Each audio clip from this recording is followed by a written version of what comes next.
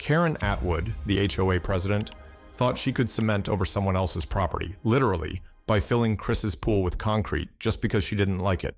For years, she ruled the neighborhood with an iron fist, handing out fines and crushing anyone who dared to challenge her authority. But when Chris called his father, the state's chief prosecutor, the legal hammer came down hard, and Karen's untouchable reign crumbled. Guess who ended up banned, broke, and humiliated, proving once and for all that karma always wins? Chris Thompson pulled into his driveway, the familiar exhaustion settling deep in his bones. It had been a long night, flames roaring, sirens wailing, adrenaline pumping. 24 hours straight, running on fumes and muscle memory. But now he was home, and all he wanted was to crack open a cold beer, sink into his lounge chair, and let the tension of the shift melt away by the pool. The thought alone was enough to make him sigh with relief. He grabbed his duffel bag, slammed the truck door shut, and made his way to the backyard, already picturing the cool blue water waiting for him. But as soon as he stepped onto the patio, his entire body locked up. Something was wrong. Very wrong. His pool, the one he had worked his ass off to install, maintain, and enjoy, was gone. Not empty. Not trashed. Buried. A solid slab of cement filled the space where crystal clear water was supposed to be. Thick, gray, cracked in some places where it had started to set unevenly. The once inviting oasis now looked like a construction site abandoned halfway through the job. Chris's brain short-circuited. What the hell? He dropped his bag, hard, the thud barely registered in his ears, drowned out by the pounding in his skull. His feet felt rooted to the spot as he stared at the crime scene before him, his mind racing to process the sheer insanity of what he was looking at. Who?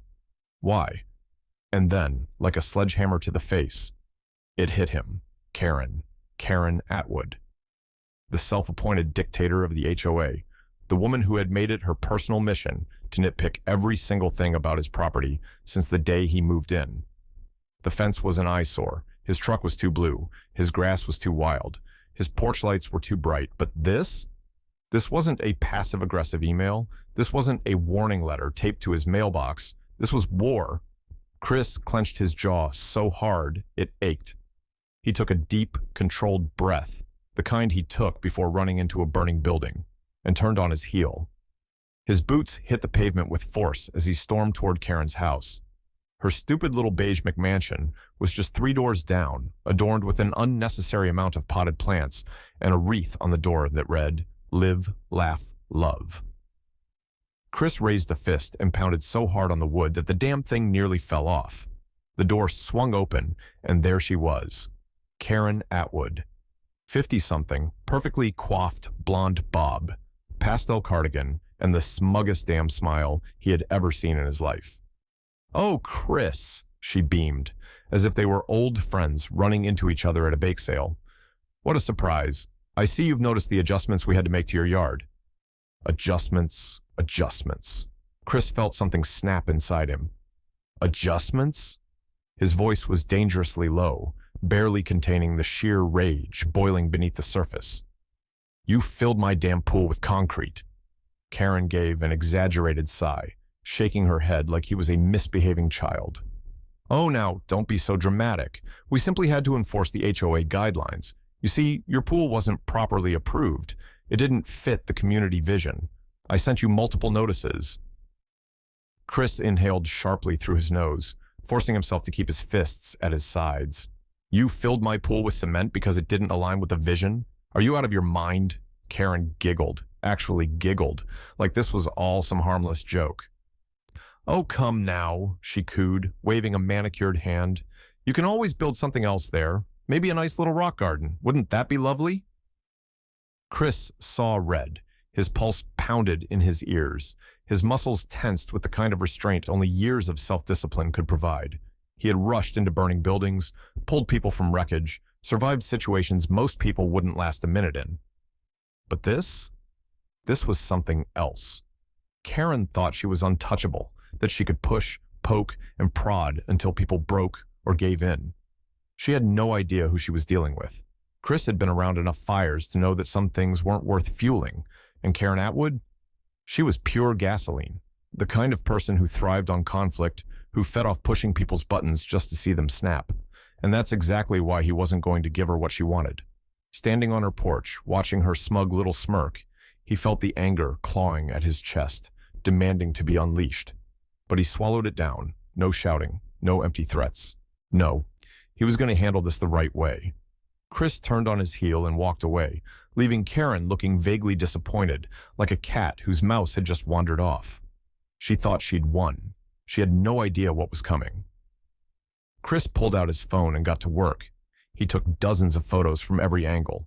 The cracks in the cement, the ruined pool tiles poking out like broken bones, the hardened streaks of gray sludge dripping down the edges where the concrete had been hastily poured. He made sure to capture the footprints, boot prints leading to and from the mess, some even tracking cement dust onto his patio. Then came the videos. A slow pan of the disaster zone, his voice low and controlled as he narrated exactly what had happened. He didn't stop there. Chris knew Karen had made plenty of enemies over the years, so he knocked on a few doors, and sure enough, the stories came flooding in. Mrs. Jenkins, 2 houses down, recounted how Karen had once threatened to fine her for having the wrong shade of mulch. Mike, the guy next door, had been fighting an ongoing battle with Karen because she claimed his basketball hoop was destroying the neighborhood's aesthetics. Even old Meister Parker, who rarely spoke to anyone, leaned on his cane and muttered, "That woman's a damn menace." Chris recorded every single statement, and when he had all the ammunition he needed, he made a call. A very important call. "Dad," Chris said, phone pressed tight to his ear, "I need your legal expertise." On the other end, there was a pause. Then, a deep, steady voice, one Chris had heard in countless courtrooms, tearing people like Karen apart with cold, calculated precision. Mark Thompson, chief prosecutor of the state, a man with zero tolerance for people who thought they were above the law. Chris explained everything. The HOA nonsense, the harassment, the felony-sized disaster in his backyard. He detailed the evidence, the witnesses, the sheer insanity of what Karen had done. When he finished, the silence on the other end of the line was chilling. And then his father spoke, his voice as sharp as a knife. "She committed felony property damage, HOA or not. She had no legal authority to touch your property." Chris exhaled sharply, gripping his phone tighter. "Yeah, well, she thinks she's untouchable." Mark let out a low, amused chuckle, the kind that sent shivers down people's spines in the courtroom. "Let's see how untouchable she feels when she's standing in court." The legal machine roared to life. Chris filed an official police report. He handed over every shred of evidence to the authorities, and while he did that, his father's legal team drafted a lawsuit so airtight, Karen wouldn't be able to breathe. HOA bylaws? Irrelevant. Karen had trespassed. She had vandalized private property. She had committed a felony. This wasn't some petty neighborhood squabble anymore. This was criminal. And just when Karen thought she had won, when she sat back in her floral print armchair, sipping tea and reveling in her self-perceived victory, a court order landed on her doorstep. Game over. The knock at the door came early in the morning. Karen Atwood, still dressed in her silk robe and fuzzy slippers, hummed to herself as she sipped her first cup of chamomile tea. She loved mornings like this, calm, orderly, completely under her control. Then she opened the door. A uniformed officer stood on her porch, a thick envelope in his hand. "Karen Atwood?" She blinked. "Yes?" The officer extended the envelope. "You've been served." Karen's smile faltered. "I've been... what?" She took the papers, her fingers tightening as she scanned the first few lines. Lawsuit, felony property damage, civil liability. Her stomach twisted into a knot. "What do you mean I'm being sued?" she screeched, gripping the papers like they might disappear if she held them tightly enough. The officer, clearly unfazed by HOA dictators throwing tantrums before breakfast, adjusted his belt and shrugged. "You can take it up with the judge." Karen felt the blood drain from her face. This couldn't be happening. Not to her. Chris was supposed to back down. He was supposed to move on, accept his loss like all the other spineless neighbors she had bulldozed over the years, but instead, he had declared war. She slammed on the door shut, her breath coming in short, panicked bursts. Her carefully curated life, her authority, her reputation, her power was crumbling. And she needed to stop it. Now. The HOA meeting that night felt different.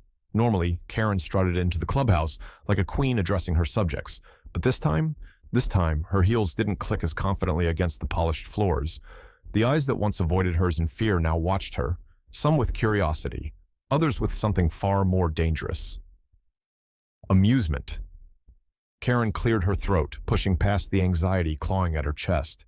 She could fix this. She just had to be diplomatic.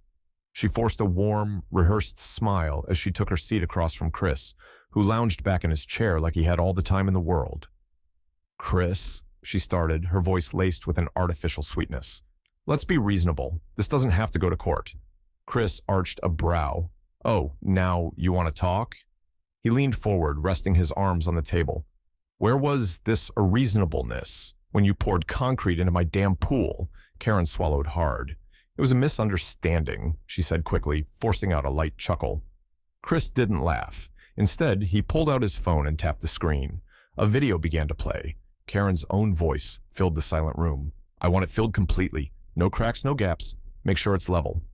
The camera zoomed in on her, standing at the edge of Chris's yard, arms crossed, supervising as a cement truck poured a fresh layer of destruction into his pool. Her face drained of all color. Karen looked around the room, desperate for someone, anyone, to jump to her defense. But the usual faces that nodded along with her at meetings, they were staring at her in disgust.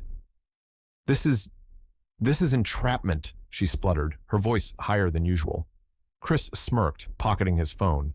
"No, Karen, this is evidence." Silence hung heavy in the room, and then, like a dam breaking, the flood began. Mrs. Jenkins, usually too afraid to speak up, shook her head. "You fined me $200 because my garden gnome didn't meet HOA standards. And you think we're supposed to believe this was a misunderstanding?" Mike crossed his arms. "You tried to have my kid's basketball hoop removed, said it was disturbing the peace." Even old Mr. Parker from the end of the street grumbled, "I told you she was a damn menace." The room turned against her. The lawsuit was public knowledge now. The police investigation was underway. The walls were closing in. Karen Atwood was done. And she knew it. Karen Atwood had always believed herself to be untouchable, a queen in her little suburban kingdom, issuing fines like royal decrees, dictating which flowers were acceptable and what shade of beige everyone's house needed to be. But in court, she was just another defendant, and this time there was no HOA title to shield her. No carefully worded emails, no fake smiles or thinly veiled threats to make her problems disappear. Just a judge, a jury, and a mountain of evidence. Chris sat in the front row, arms crossed, watching as his father, Mark Thompson, chief prosecutor of the state, tore Karen apart with the calm, methodical precision of a man who had built his career dismantling people who thought the rules didn't apply to them. The case was a slaughter. Chris didn't even have to testify. The video alone was enough. Karen's own words, her smug instructions to the cement workers, the way she had commanded the destruction of his pool like a dictator, overseeing the demolition of a rebellion, and that was just the beginning. Once the case went public, more victims came forward. The Jenkins family, fined repeatedly for minor infractions that no one else in the neighborhood seemed to have. Mike, the guy next door, threatened with legal action over his kid's basketball hoop, an elderly couple down the street, harassed for months until they finally sold their home because Karen didn't like their choice of fence. The courtroom became a confessional booth, a parade of homeowners detailing years of bullying, intimidation, and blatant abuse of power. By the time the prosecution rested, Karen looked shattered, and then the judge delivered the final blow. "Mrs. Atwood, your actions constitute felony property damage, willful destruction of private property, and a gross abuse of authority within the HOA. You are hereby ordered to pay full restitution for the damages incurred, not only to Mr. Thompson, but to the numerous residents you have wronged over the years." Karen physically flinched.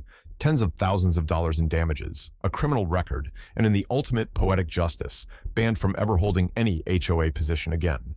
The reign of Queen Karen was over. She left the courtroom disgraced, no longer the smug, untouchable ruler of the neighborhood, but a publicly humiliated felon. And Chris? Chris rebuilt his pool, bigger and better than before. Crystal clear water, sleek tile work, a deck upgrade. Hell, he even added a built-in grill just to drive the point home. And every time he lounged by it, cold beer in hand, the warm sun on his skin, he couldn't help but smirk. Karen had tried to cement over his happiness, but in the end, she was the one who got buried.